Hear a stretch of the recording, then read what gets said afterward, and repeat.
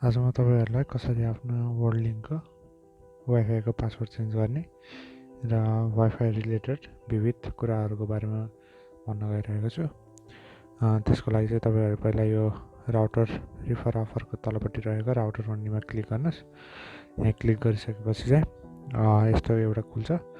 यो खुलिसकेपछि यो माथिपट्टिको enable wifi भन्ने जुन छ, यो इनेबल वाइफाई ले चाहिँ तपाईको वाइफाई चाहिँ अन अफ गर्ने भनेर देखाइरहेको।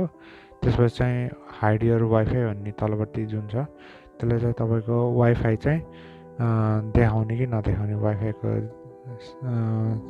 वाइफाईको सिग्नल अन भएपछि तपाईको वाइफाईको नाम चाहिँ अरू डिभाइसमा जुनमा चाहिँ तपाईको वाइफाई चाहिँ कनेक्ट नभएको डिभाइसहरुमा तपाईको वाइफाईको नाम देखाउने कि नदेखाउने भन्ने कुरा।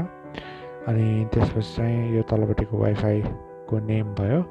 अनि यो तलपट्टिको वाइफाईको पासवर्ड छ। यो पासवर्डमा चाहिँ अब जस्तै अहिले सगरमाथा 1 2 3 छ भने यसलाई चाहिँ डिलिट गरेर सगरमाथा राख्नुभयो भने यसको चाहिँ क्यारेक्टर वाइज एउटा गरेर गर्दाखेरि 10 वटा देखि 15 वटा क्यारेक्टर भित्रपट्टि हुनुपर्ने छ।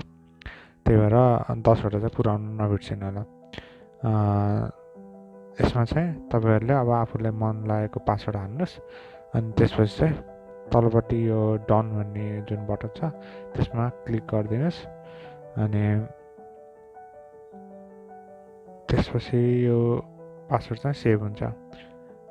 त्यसैगरी मेरो पहिलाको भिडियोमा चाहिँ धेरै जसोले म्याक एड्रेस चाहिँ कता हुन्छ भनेर सोध्नु थियो। यही वाइफाईको साइडमा कनेक्टेड डिभाइस भन्ने देखाएको छ।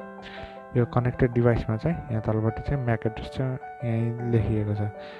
अनि त्यसपछि यो ल्युक भन्नेको तलपट्टि लाइट अन टेक्नोलोजी भन्ने छ, त्यसको तलपट्टिको F828 वाला चाहिँ यो चाहिँ म्याक एड्रेस हो।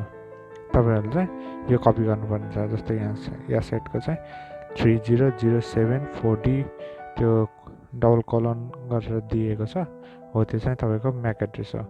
त्यो चाहिँ कपी। सो अब चाहिँ तपाईहरुलाई वर्ल्डलिङ्कको चाहिँ एपबाट त पासवर्ड चेन्ज गर्नुभयो। अब चाहिँ तपाईको वेब ब्राउजरबाट चाहिँ कसरी चेन्ज गर्ने भनेर देखाउन गइरहेको छु। त्यसको लागि चाहिँ तपाईले worldlink.com.np खोल्नुस्।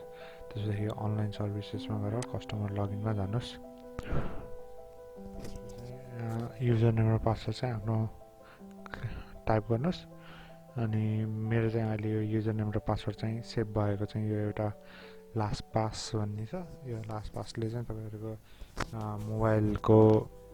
मोबाइलदेखिको लगइनहरुदेखि लिएर मोबाइलको एपहरुको लगइन भयो, फेसबुक भयो, अनि त्यसपछि गुगल भयो, सबैको लगइनहरु चाहिँ त्यसले सेभ गरिदिन्छ। अनि तपाईलाई चाहिँ अब ल्यापटपमा एउटा हान्यो अनि त्यसपछि मोबाइलमा अर्को हान्न गाह्रो हुन्छ हैन।